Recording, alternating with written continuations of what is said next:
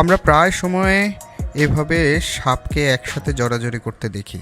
আসলে এটা কি ভয়ঙ্কর কিছুর ইঙ্গিত, না স্বাভাবিক কিছু? চলুন আমরা পুরো ভিডিওতে এই ব্যাপারে বিস্তারিত আলোচনা করি।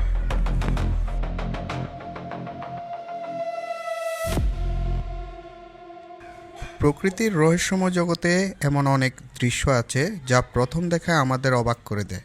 সাপের শরীর জড়াজড়ি করে থাকা তেমনই একটি দৃশ্য। অনেকে এটিকে নাচ মনে করে, আবার কেউ কেউ ভাবেন সাপ বুঝি মারামারি করছে, কিন্তু আসলে এর পিছনে রয়েছে সাপের স্বাভাবিক প্রজনন আচরণ। নির্দিষ্ট মৌসুমে পুরুষ ও স্ত্রী সাপ একে অপরের কাছে আসে। প্রজাতিভেদে তাদের আচরণ কিছুটা আলাদা হতে পারে।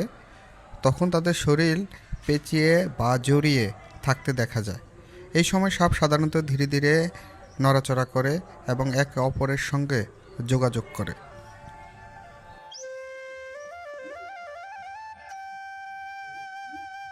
বাইরে থেকে দেখলে মনে হতে পারে তারা কোনো বিশেষ ধরনের নাচ করছে, কিন্তু এটি মূলত তাদের প্রকৃতি প্রজনন প্রক্রিয়ার অংশ।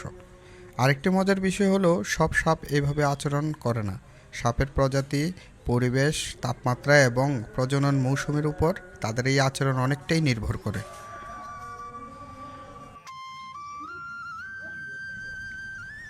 তাই সাপকে জড়াজড়ি অবস্থায় দেখলে অযথায় কাছে যাওয়া উচিত নয়। বন্যপ্রাণী হিসেবে তাদের নিরাপদ দূরত্ব থেকে পর্যবেক্ষণ করাই সবচেয়ে ভালো।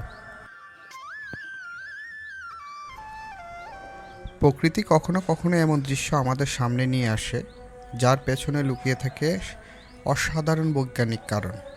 সাপের এই জড়াজড়ির থাকার দৃশ্য তাই কোনো রহস্যময় নাচ নয়, এটি প্রকৃতির স্বাভাবিক জীবনচক্রেরই একটা অংশ।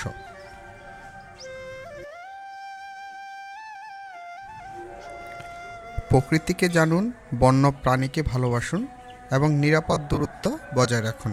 ভিডিওটা যদি আপনাদের ভালো লেগে থাকে তাহলে একটা শেয়ার করে দিবেন, এবং কী ধরনের ভিডিও আপনারা আমার এই চ্যানেলে চাচ্ছেন একটু জানাবেন। সবাইকে অসংখ্য ধন্যবাদ।